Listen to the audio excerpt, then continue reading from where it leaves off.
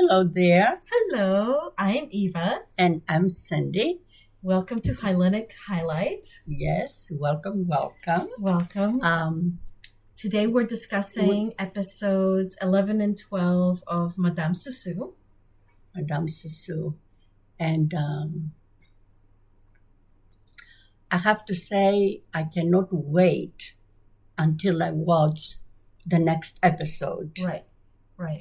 Because it's becoming so right. Don't you agree, Eva?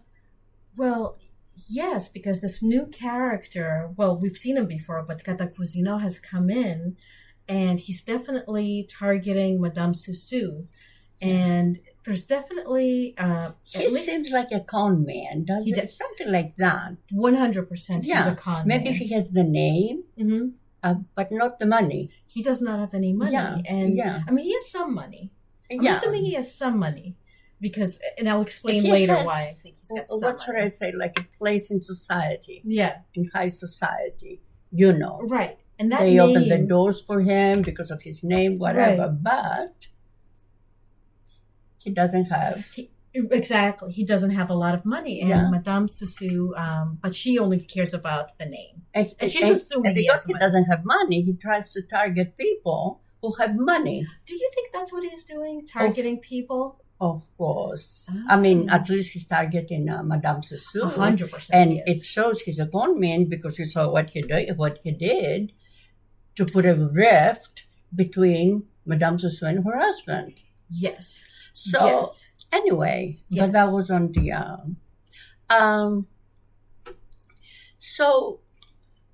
So in episode 11, it's called the Seminarion because Madame Sousou is teaching the maid's brother-in-law how to be aristocratic, fancy. She is showing him how to talk. What else is she showing him how to talk? Everything, how to talk, how to serve, how to everything. And after because she's, so this way, he can go to Catacouzino's. That is his goal. She recommended that he should go to Catacouzino's and ask for a position, ask to be hired. But she couldn't just send him the way he was. The way he was. She had to train him. Yeah. And he'd been going for months, we find out in the episode. Yes. So it's not just a little while. No. So that's what she's doing. She is. And then in the meantime, we are with Catacouzino and his pal and a third person. Is he a lawyer? The third person that comes to tell them about the inheritance? I don't think they're pals. I think maybe he's a lawyer that came from, I suppose her brother must be in the United States or somewhere. Her brother went to the United States, and by luck and good business acumen, whatever, he became rich. He has 99 restaurants. Rich, and he has a whole franchise in the United States. Yes, and no, I don't think that man who came from the United States to tell them that he's looking for the sister of that person. Yeah. I don't think he meant any harm. Oh, no, he's just looking for her. He was really looking, yes, that's true. But he said it to the wrong people. Unfortunately. And how did he wind up talking to them? I don't know. Maybe they knew each other. I have no clue. But it doesn't show how they know it. But they were all together. But they were all together. And he was telling them that so-and-so, blah, blah, blah, has a sister. The whole story. His name was Vangeli, and he went to the United States. And Catacouzino's did not tell him that, we know somebody. He's like, good luck. What was Sousou's name? I don't remember. But the lawyer said so and so, and her full name. Catacouzino and the other guy he always hangs out with looked at each other Sousou. I don't remember. Yeah. And but we'll make sure to make a note of that to tell you the next time. Because that was interesting. So that's what happened. Yes. And then Maurice's relative went to Catacouzino's. Yes, so after she decided he graduated, that he knows and enough. He was ready. And he was ready. He goes to Cantacuzino and he's like, and he starts telling him, repeating everything Madame Sousou taught him. And the Cantacuzino is like, why are you talking? But by the time he didn't know that it was... He didn't, no. But somehow in conversation, he figures out that Madame Sousou has been training him. Yeah. And he makes a proposition. Yeah. He says that he would like for him to find out all he can about Madame Sousou. I think he wanted for him to find out about her brother, if she has a brother. Yeah. And whatever he could about Madame Sousou. Oh, another thing that we found out about Madame Sousou is that house is her father's house. And her father was a doctor. Is that true? Yeah, that's what she keeps saying. Right. Yeah. So that was her father's. That was her father's house that they live in. Yeah. And I didn't know that before. I was just assumed it was Panayotis, but it's not. No, it's not. Exactly. It's her house. And it's her house. And so Cantacuzino hires him. Yeah, he's like, if you do that, if you spy on me, really, that's what you want him to do. Basically. Then I'll give you some money. Yeah. And I'm going to hire you. And So it seems that Madame Sousou is rich. Finally her dream. Because they said like millions of dollars. A lot of money. She's wealthy. A lot of money. So she doesn't know it yet. She has no idea. She does not know it yet. And she's still daydreaming. Right. That she doesn't belong where she is. She should be somewhere else. And a little bit she's getting also kind of not tired, maybe a little tired or fed up with her husband a little bit. She's he doesn't fit in with her dreams. He doesn't. But she, who Madame Sousou is getting, no, she started being like that after the episode. With Cantacuzino's, wasn't it? Where she's just unsatisfied. Because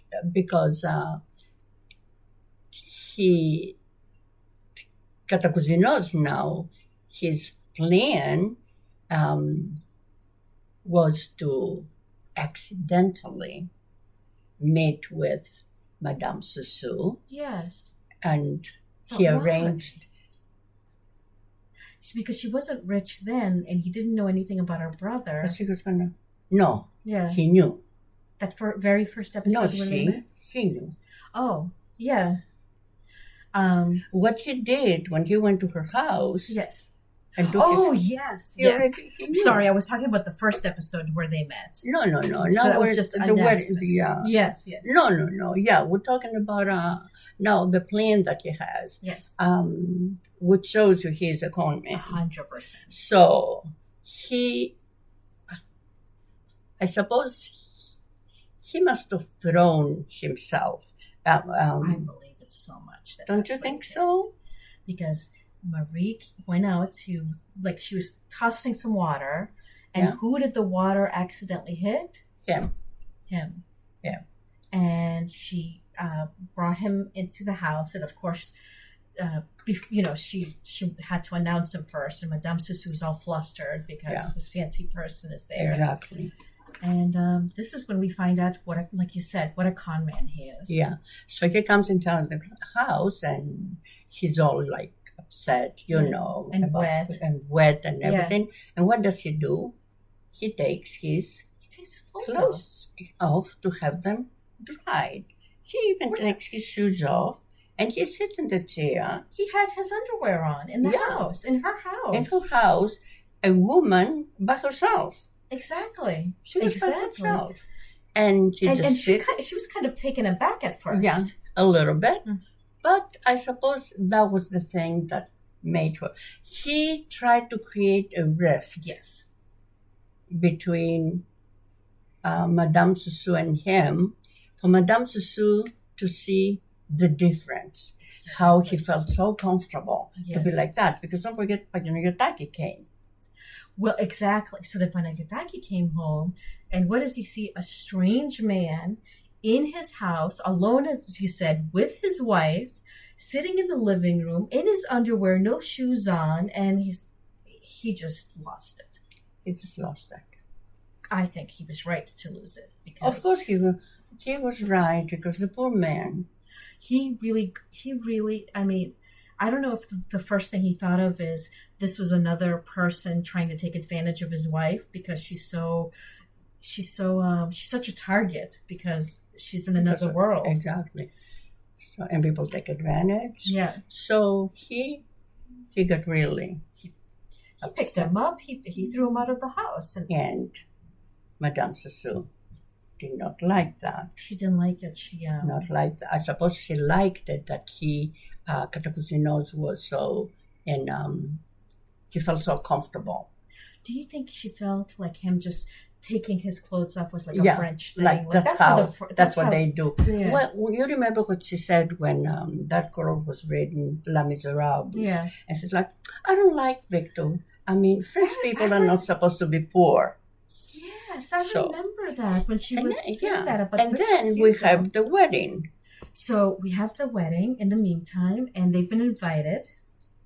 They went to the wedding, but they didn't go to the celebrations that was going to be. She did not want to go to the celebration in the tavern. She didn't like the way they celebrate. She didn't like their music. She didn't like what they were going to do, the drinking, all of it. But she allowed Panayotaki and Marie, because they really wanted to go there by themselves. Yeah. But she told Panayotaki she's not supposed to get up and started dancing and do all that stuff. You know, she warned him. I had no idea that he had to just You're not going to do all that low class, you know, stuff. So they went there. That's why she went to check on him, do you think, later? She went to check on him. She went to check on him. She went to check on him.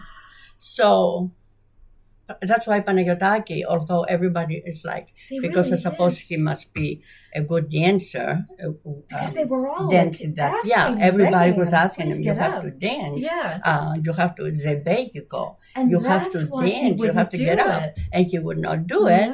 And finally he was convinced. Yes. And he got up and he was really into it. He was really into it. Everyone was just like, you're great. Doing a good job. Mm-hmm. Everybody was applauding, clapping. I have to say, even as a viewer who maybe on one hand might kind of agree with Madame Sousou's taste, let's say, even I was looking and I was like, what a manly man. He's great. Right? And he was, and even while he's dancing. Oh, yes. He's like, Zarganamu, like... Anywhere you are, I love you. Right. He just loves her so much. Yeah. And what happened? She walked in. I now it all makes more sense to me why she suddenly showed up. And she started yelling at him. Yeah. I was so mortified on his behalf. And she told him not to go back home. And that meant something else to us. That means something else now that we know that's her house. That's not his house that they live in. Not to go back. And she's divorcing him. She doesn't want to have him as a husband. And he's just, everyone is like... Of course, everyone was shocked. That was a shocking scene. And then she turned around. And just walked out. He went back home with Marie. Right. At the beginning, she would not open, but I suppose somehow they managed to get inside. Yes. And he finds her in bed. She was crying.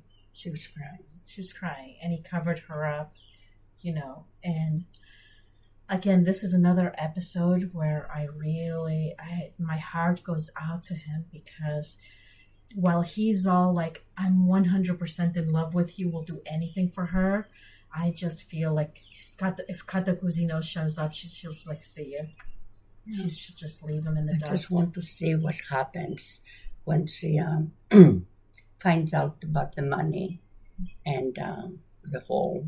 Because you made a good point when we were talking after the episode. He's not going to want to just live off her fortune. It's hard to imagine him. He's a very proud man. Right. And she's not going to want to be married to somebody who sells fish. It smells like fish. That's true. And all that. She's not gonna. I guess she would want him to get on board with her life. Yeah. And I don't know how that will work, to tell you the truth. We'll see. We're gonna let you know. I hope you're watching along. Yeah. I checked. There's no subtitles, but if you watch along and listen to us, you will have an idea of what's going on. Exactly. The acting is great. Thank you again. Thank you again for listening to us. And we look forward to hearing from you at HellenicHighlights.com. Yeah. Hellenic.highlights, all lowercase, @gmail.com. And we'll talk to you next week. Bye-bye. Bye. Bye.